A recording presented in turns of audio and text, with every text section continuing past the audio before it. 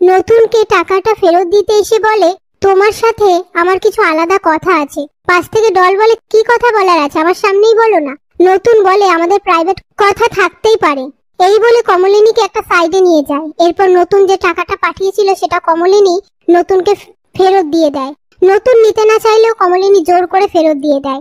তারপর কমলিনী বেরিয়ে যাওয়ার সময় ডলকে বলে যায়, আর ডল কমলিনীকে বলে, এখন তো তোমাদের টাকা পয়সার খুবই প্রয়োজন, এখন তো তোমার ছেলের চাকরিটাও চলে গেছে।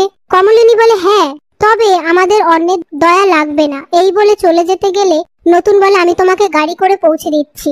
কমলিনী বলে, তার আর দরকার নেই। এই বলে সেখান থেকে চলে যায়।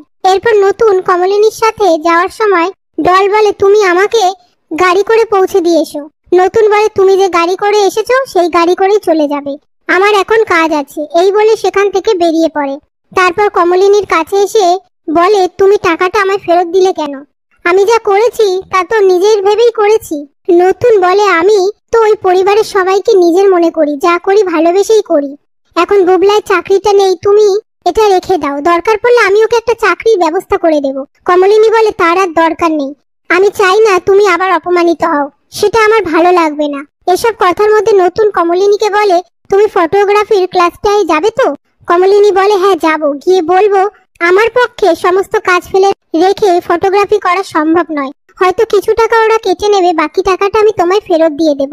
নতুন বলে, তুমি আমাকে এভাবে অপমান করতে পারছো? কমলিনী বলে, তুমি বুঝতে পারছো না, আমি তোমার কাছে আমার অসহায় অপারগতার কথা বলছি, অসম্মান করিনি। রেগে যেও না আমার ওপর, আমাকে ভুলও বুঝো না লক্ষ্মীটি।